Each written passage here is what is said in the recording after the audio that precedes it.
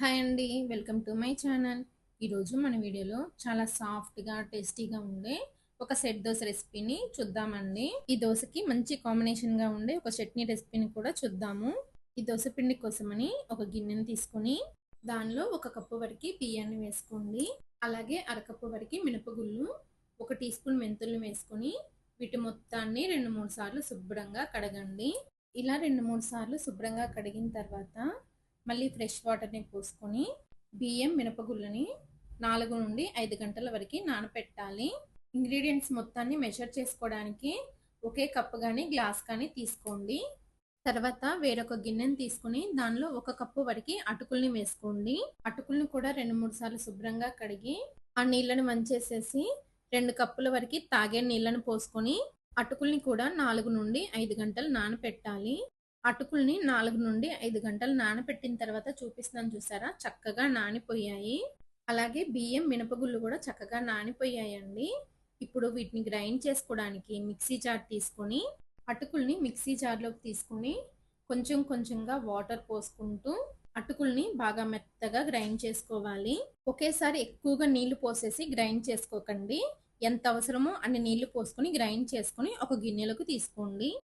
ఇప్పుడు ఇదే మిక్సీ జార్లో మినపగుళ్ళు బియ్యాన్ని వేసుకొని తగినన్ని నీళ్లు పోసుకొని పిండిని బాగా మెత్తగా గ్రైండ్ చేసుకోండి. చూసారు కదా, ఇలా గ్రైండ్ చేసుకున్న పిండిని అటుకుల మిశ్రమం వేసాం కదా, అదే గిన్నెలోకి వేసేసుకోండి. తర్వాత రుచికి తగినంత ఉప్పు వేసుకుని పిండిని చేత్తో బాగా కలుపుకోండి. ఒక 2 నిమిషాలు చేత్తో పిండిని బాగా కలుపుకోండి. ఇలా కలపడం వలన పిండి బాగా పులుస్తుందండి. ఇలా పిండిని బాగా కలుపుకున్న తర్వాత పిండి పైన మూత పెట్టేసేసి 8 గంటలు లేదా ఒక ఫుల్ నైట్ పిండిని పులియనివ్వండి. ఒక ఫుల్ నైట్ పిండి పులిసిన తర్వాత చూపిస్తున్నాను చూడండి. పిండి చక్కగా పులిసింది. ఇప్పుడు ఈ పిండిని ఒకసారి బాగా కలుపుకోవాలి. పిండి కన్సిస్టెన్సీ చూసారా, ఈ విధంగా ఉండాలి. మనకి దోశ పిండి రెడీగా ఉంది కదా.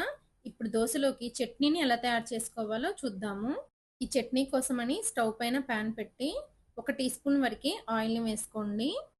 తర్వాత 1 కప్పు వరకు పల్లీలను వేసుకొని లో ఫ్లేమ్లో చక్కగా ఫ్రై చేసుకోండి. పల్లీలు వేగేటప్పుడే మీ కారానికి తగ్గట్లు పచ్చిమిరపకాయలను కూడా వేసుకోండి. నేనైతే 4 పచ్చిమిరపకాయలని తుంచి వేసుకుంటున్నాను. అలాగే 10 వెల్లుల్లిని వేసుకుని పల్లీలని చక్కగా ఫ్రై చేసుకోండి. పల్లీలని లో ఫ్లేమ్లో ఫ్రై చేసుకున్న తర్వాత కొంచెం చింతపండు, కొద్దిగా కరివేపాకు వేసుకుని ఒకసారి బాగా కలుపుకోండి. పల్లీలని ఫ్రై చేసేటప్పుడు హై ఫ్లేమ్ పెట్టారంటే మాడిపోతాయి, అందుకని లో ఫ్లేమ్లోనే ఫ్రై చేసుకోండి. చివరిగా 1 టీ స్పూన్ జీలకర్ర, అరకప్పు వరకు కొబ్బరి ముక్కలు వేసుకుని 1 నిమిషం లో ఫ్లేమ్లో ఫ్రై చేసుకోవాలి. ఇలా ఫ్రై చేసుకుని స్టవ్ ఆఫ్ చేసేసి దీన్ని పూర్తిగా చల్లారిన తర్వాత వీటి మొత్తాన్ని మిక్సీ జార్లోకి తీసుకోండి.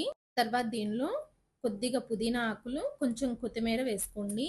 పుదీనా కొత్తిమీరని మరీ ఎక్కువగా వేసేసుకోకండి, కొంచెం వేసుకుంటే సరిపోతుంది. అలాగే రుచికి తగినంత ఉప్పు కూడా వేసుకోండి. కొద్దిగా నీళ్లు పోసుకొని ఈ చట్నీని బాగా మెత్తగా గ్రైండ్ చేసుకుని ఒక గిన్నెలోకి తీసేసుకోండి. ఈ చట్నీని ఇలానే సర్వ్ చేసుకోవచ్చు, తాలింపు పెట్టైనా సర్వ్ చేసుకోవచ్చు.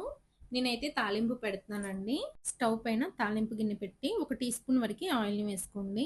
తర్వాత 1/2 టీ స్పూన్ ఆవాలు, 1/2 టీ స్పూన్ జీలకర్ర, 1 టీ స్పూన్ మినపగుళ్ళు, 2 ఎండుమిరపకాయలని తుంచి వేసుకోండి. అలాగే కొద్దిగా కరివేపాకు వేసుకుని తాలింపుని బాగా ఫ్రై చేసుకోండి.